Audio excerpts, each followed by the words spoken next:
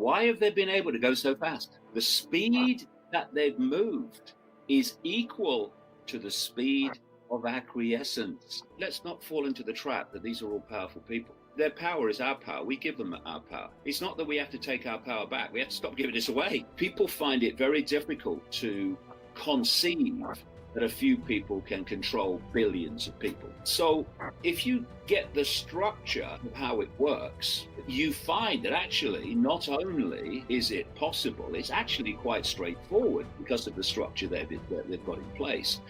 Then as the years pass, you see this agenda and where they want to take the world. And the more that you understand that, the more daily happenings are like pieces in the puzzle that now you've not got pieces all over the table. You've got the structure of how the control system works. And you've also got more and more knowledge about where this system wants to take the world, where it wants to take humanity. And so daily happenings, symbolized by pieces in the puzzle, become very much more, the further you go, easy to put into place because you've already got the pattern. I've been writing the books for a long time about what I call the Hunger Games society. And it's basically, if you envisage a pyramid, at the top of the pyramid is the inner core of this cult. You can symbolize it as the eye, the all-seeing eye, which is one of their symbols. And then you come to the bottom of the pyramid, and there is planned to be basically the rest of humanity in servitude to the 1%, the inner core of the cult. And between the peak of the pyramid and the population is planned to be a military police state, not just a police state, but to fuse the military with the police military state that will impose the will of the 1% upon the population and stop the 1% rebelling. Now, the idea is to get the population under complete control of the 1% through dependency. Dependency equals control. Now, if you're going to create that, then foundation, bottom line, is you have to destroy the independent livelihoods of the population. If you've got an independent business not controlled by the cult, if you've got independent employment with independent businesses, you are not dependent on the 1%, therefore you're not controlled by them to the extent that they want. So the foundation goal has been to destroy independent businesses, small businesses, medium businesses, even some big businesses that are not controlled by the cult, and all the employment that goes with it, which creates what? Dependency for survival on the state, which is actually the state front for the cult, ultimately. We live in a reality, but there are two worlds in this reality. There is the world that the population lives in, and that is crucially systematically limited in the information that's made available to it. And then there's this other world. This is the world of secret societies and semi-secret groups. And they pass on a very different level of knowledge across the generations through the rituals of the secret society network. Life so often gives you your greatest gift, brilliantly disguised as your worst nightmare. And this is both an enormous danger that we're facing now, quite blatantly, but it's also an enormous opportunity to break out of the little me mentality and transform perception of ourselves as well as our perception of the world. If people think it's bad now, well, stick around and do nothing, and you'll see that this is Mary Poppins where we are now compared with where it's meant to go. And the world that our children and grandchildren will have to live in, I mean, it's almost unimaginable. It's unthinkable. When are we going to draw the line? Doing the best for our children is buying them the latest trainers and the latest smartphone, or actually defending the degeneration of their brain and defending them from having their freedom destroyed for the rest of their lives. That's doing our best for our children, and we need to do it. We don't have to fight anybody. I mean, we don't want to engage with that crap. I mean, they're bloody idiots. I mean, they're recruited because they're idiots and psychopaths into those units that do that.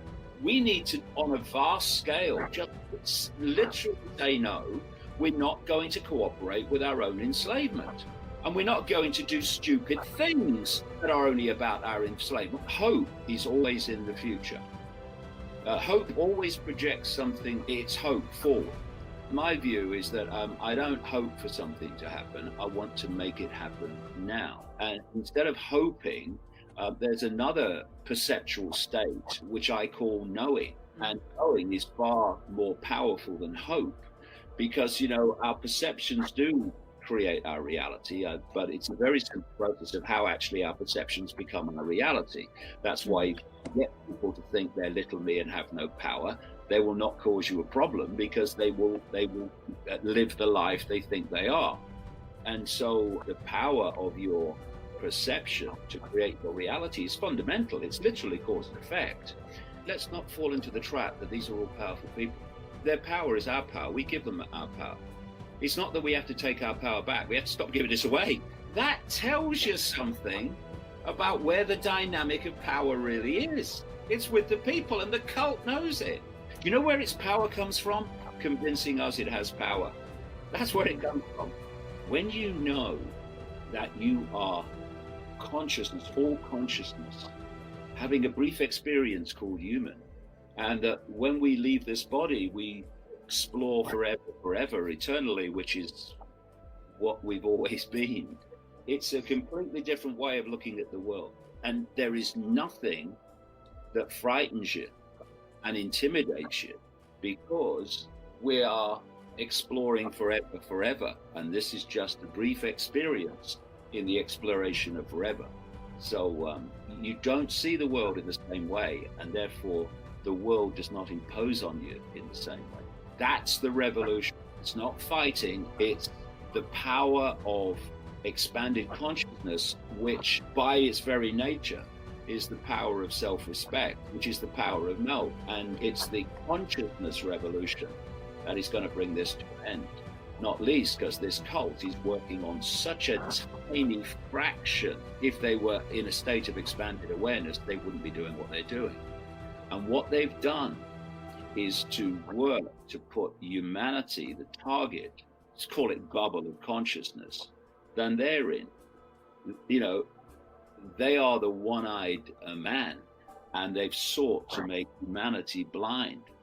But when humanity becomes the two-eyed, three-eyed, third-eyed, then they are as nothing in terms of imposing their will upon us. So this is the revolution of understanding the true nature of the I, understanding the power that's out there, the awareness, the insight that's out there. If only we would burst the bubble and break out of 5 sense only perception. And anyone can do it. And you look through the entirety of history, all the holy people, all the seers, whatever form they've taken, and it's always been the same message, the same thing. You're basically caught in a bubble of awareness, break out of it, and everything changes. And what will the world be like when we've sorted this out? It will be an expression of the consciousness of humanity when that happens. What we call human society is simply a projection of human perception. But when we expand our consciousness, and we do that on a mass scale, then that will project a very different human society. A human society potentially which doesn't need laws to say you must not murder, because no one in that state of consciousness would ever consider the possibility. It doesn't say you mustn't destroy the environment, because no one in that state of consciousness would perceive even thinking of doing it. And so the society is always an expression of the consciousness state of the population. When that changes, the world will change, because one's just an expression of the other. And this cult knows that. It knows that if it can hold humanity in general in a certain perceptual state, it will project a certain state of society. And that's they've been working on all this time. And we have the power to break out of it whenever we choose. It's just a choice. And it's time we took it and made it.